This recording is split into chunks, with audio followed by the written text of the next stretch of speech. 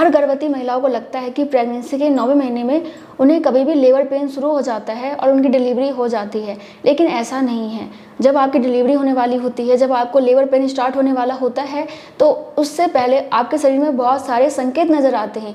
कुछ संकेत तो आपको प्रेगनेंसी के 7वें 8वें महीने से मिल जाते हैं, कुछ प्रेगनेंसी के 9वें महीने के स्टार्टिंग से मिल जाते हैं, और कुछ लक्षण ऐसे होते हैं जो कि आपको डिलीवरी से 24 से 48 घंटे पहले से दिखाई देना शुरू हो जाता है। यानी कि आपको लेबर पेन एकदम से स्टार्ट नहीं होता है, उससे पहले आपके शरीर में कुछ परिवर्तन जरूर होता है। तो आपको उन चीज़ों पर नज़र रखना है। तो चलिए जानते हैं कि वो कौन कौन सी चीज़ें हैं। तो चलिए जानते हैं सबसे पहले लक्षण के बारे में। तो नॉर्मली प्रेगनेंसी के 9वें महीने में जब आपका बच्चा हेड डाउन पोजीशन में आ जाता है ना, तो उसके बाद से आपको काफ़ी ज़्यादा यूरिन जाने की इच्छा होती है।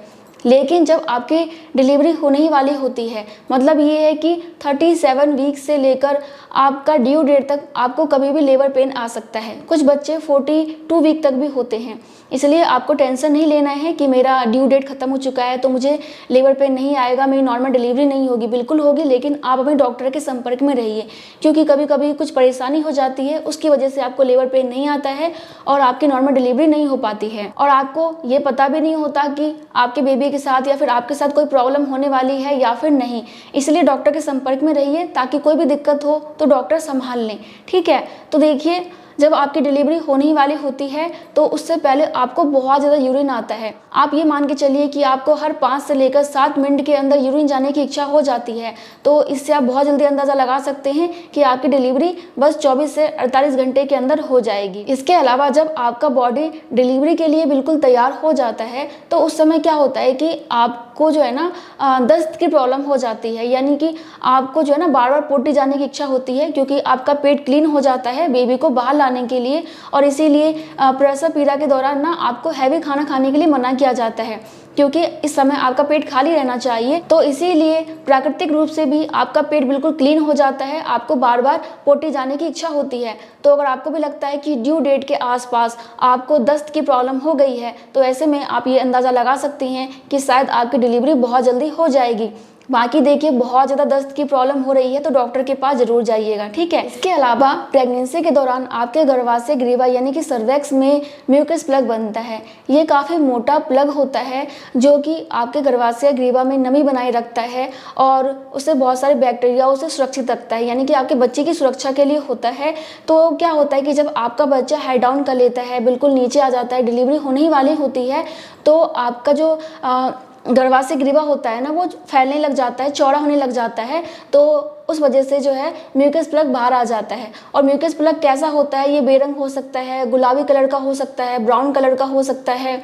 इसमें आपको हल्का फुल्का खून का धब्बा भी नज़र आ सकता है। तो इससे आप अंदाज़ा लगा सकते हैं कि आपका म्यूकस प्लग बाहर आ चुका है। देखिए, नॉर्मली म्यूकस प्लग या तो आपको प्रेगनेंसी के 9वें महीने के स्टार्टिंग से आना स्टार्ट हो सकता है, या फिर ये एकदम से बाहर आ सकता है। मतलब ये कि या तो ये थोड़ा थोड़ा करके बाहर आएगा, या फिर आपका म्यूकस प्लग एकदम से ही बाहर आ जाएगा। तो अगर आपको प्रेगनेंसी के 9वें महीने के स्टार्टिंग से ही म्यूकस प्लग बाहर आ रहा है, तो आप इससे अंदाज़ा लगा सकते हैं कि आपकी डिलीवरी होने में अभी थोड़ा सा समय बाकी है। लेकिन ड्यू डेट के आसपास आपका म्यूकस प्लग एकदम से बाहर आ जाता है, तो इससे आप अंदाज़ा लगा सकते हैं कि आपकी डिलीवरी बस होने ही वाली है। तो अपने म्यूकस प्लग डिस्चार्ज पे भी नज़र रखिए। इसके अलावा क्या होता है कि जब आपका बच्चा बिल्कुल नीचे आके फिक्स हो जाता है ना, डिलीवरी के लिए बिल्कुल तैयार रहता है, तो क्या होता है कि इस समय आपका पीठ दर्द काफ़ी ज़्यादा बढ़ जाता है। लेबर के दौरान क्या होता है कि बेबी का जो सिर होता है ना, वो माँ के टेलबोन क्या होता है, ये रीढ़ की हड्डी के तले में स्थित एक छोटी सी हड्डी होती है।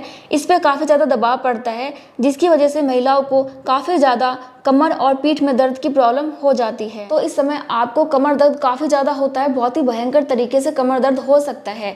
इसके अलावा क्या हो सकता है, आपको कॉन्ट्रैक्शन आ सकते हैं, और ये आपको डिलीवरी के 48 घंटे पहले से भी हो सकता है, 24 घंटे पहले से भी हो सकता है, 12 घंटे पहले से भी हो सकता है, या फिर 6 घंटे पहले से भी हो सकता है।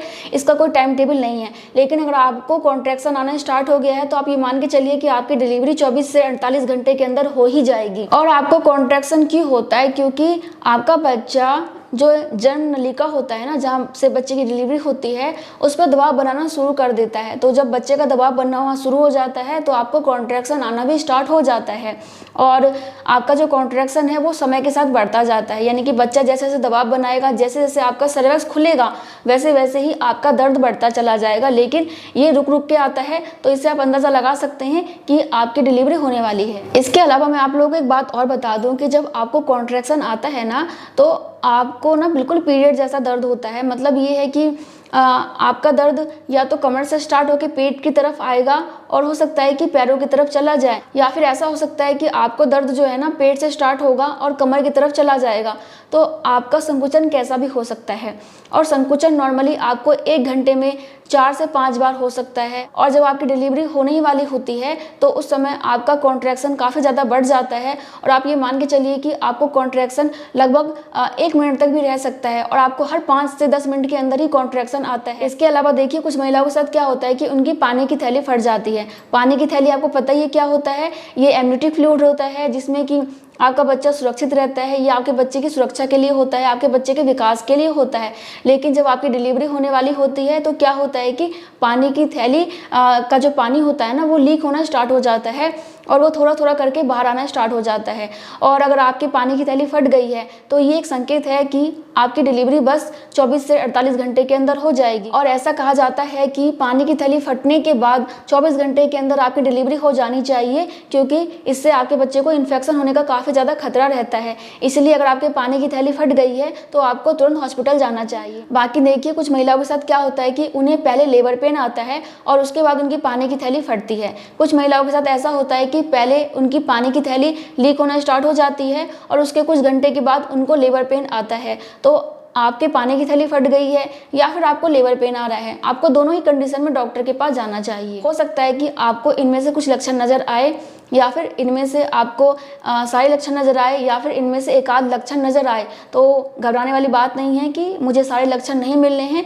आपको जो भी लक्षण मिल रहा है आप उसी के आधार पर अंदाज़ा लगा सकते हैं। बाकी अगर आपका ड्यू डेट ख़त्म हो चुका है और आपको लेबर पेन नहीं आ रहा है तो आपको हॉस्पिटल जाना है, या फिर आपको ब्लीडिंग हो रही है या फिर आपके बच्चे की हलचल बिल्कुल भी आपको महसूस नहीं हो रही है, तो ऐसे में भी तुरंत आपको डॉक्टर के पास जाना चाहिए। बाकी मैं मिलती हूँ नेक्स्ट वीडियो में, तब तक के लिए bye bye. Thank you so much, नमस्ते।